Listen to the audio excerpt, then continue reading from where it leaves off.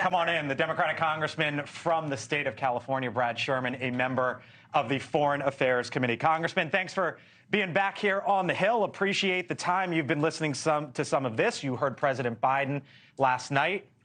How concerned are you based on what you saw last night and from what the Special Counsel Robert Hur wrote in his report? I saw the president speak very articulately and very forcefully to the Democratic caucus, small room, great performance. Then I read this report from a Republican, and I got to give Biden credit for this. When they appoint a special counsel, they've chosen Trump appointees who are Republicans.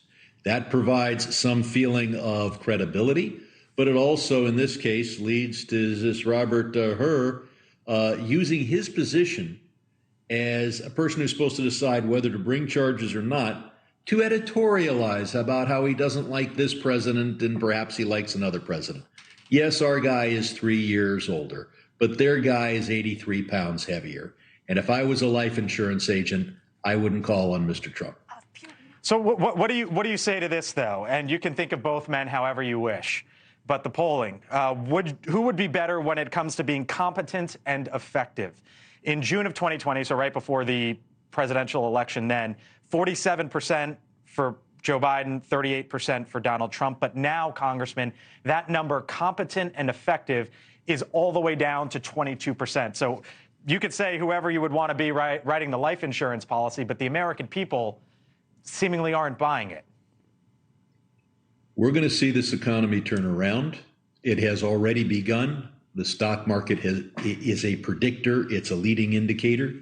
And I think by the summer, people will respect what the president has done economically, and we'll see that reflected in the polls.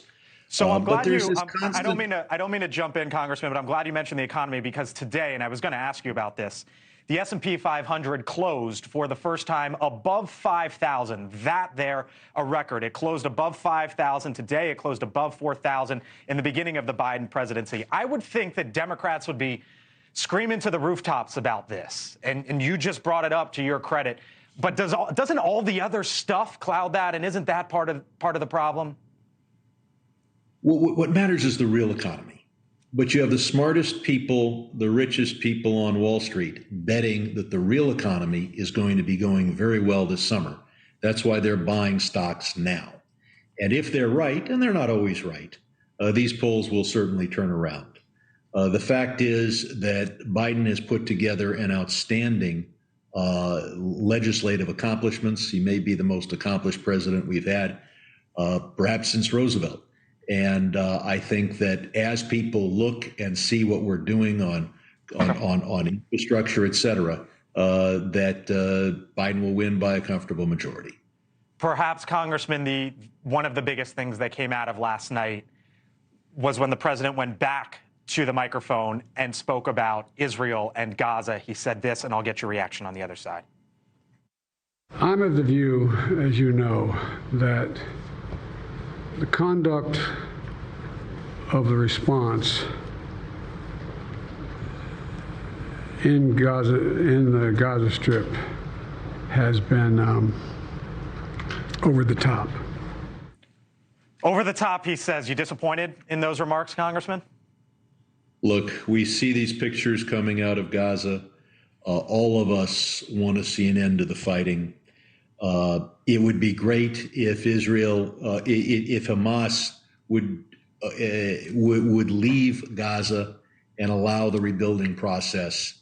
Until then, you're showing the scenes on the screen right now. That's what happens when a terrorist organization uses civilian buildings and civilians as human shields. The Hamas leadership needs to leave, and then we've got to rebuild Gaza for the people of Gaza. Okay, got to leave it there. Congressman Brad Sherman from California. Again, thank you for the time, Congressman. We'll see you again soon. Good to be with you.